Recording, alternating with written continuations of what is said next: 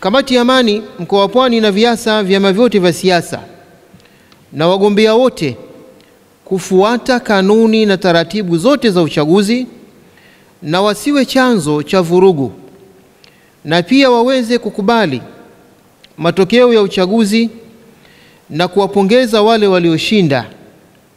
Aidha, tunawaomba wasimamizi wote wa uchaguzi kwa ngazi zote kutenda haki na usawa kwa vyama vyote na wagombea wote. Tukumbuke kuwa kuitunza amani ni takwa la kidini kupitia vitabu vitakatifu vya Injili na Qur'ani.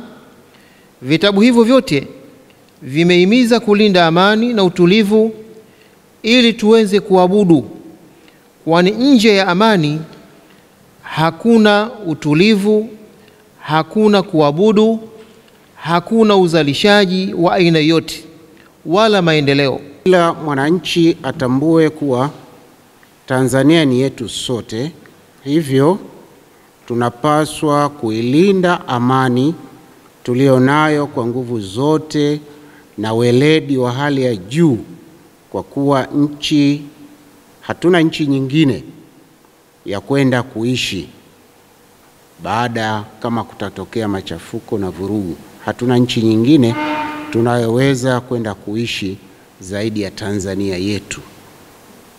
Lakini jambo la pili, uchaguzi ni haki ya kila mtu. Hivyo mtu mwingine yoyote asitokee kumzuia anayetaka kwenda kupiga kura kwa sababu zake binafsi. Jambo la tatu, tunawahimiza wananchi kujitokeza kwa wingi siku ya Jumatano tarehe 29 mwezi wa 10 mwaka 2025 kwenda kupiga kura, kwa wale wote waliojiandikisha kwa kufuata maelekezo ya wasimamizi wa vituo vya upigaji kura kwa utulivu na amani, kwa kumchagua rais, mbunge na diwani. Na baada ya kumaliza kupiga kura, turudi nyumbani kwa mapumziko na tukisubiri matokeo ya uchaguzi kwa amani. Kamati ya Amani mkoa wa Pwani inawasisitiza wananchi wote wasiipoteze fursa hii muhimu ya kupiga kura. Wewe mwenyewe binafsi, kwani mwingine hatopiga kura kwa niaba yako.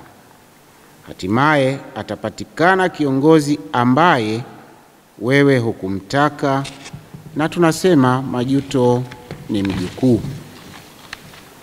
Jambo la 4, kila mpiga kura apige kura yake kwa furaha na kisha kurejea kwenye majukumu yake kwa amani. Japokuwa serikali imetangaza kwamba siku ya upigaji kura ni siku ya mapumziko kwenye shughuli zote ofisi za kiserikali, lakini wenye shughuli zao binafsi warejee kwenye majukumu yao kwa amani na furaha.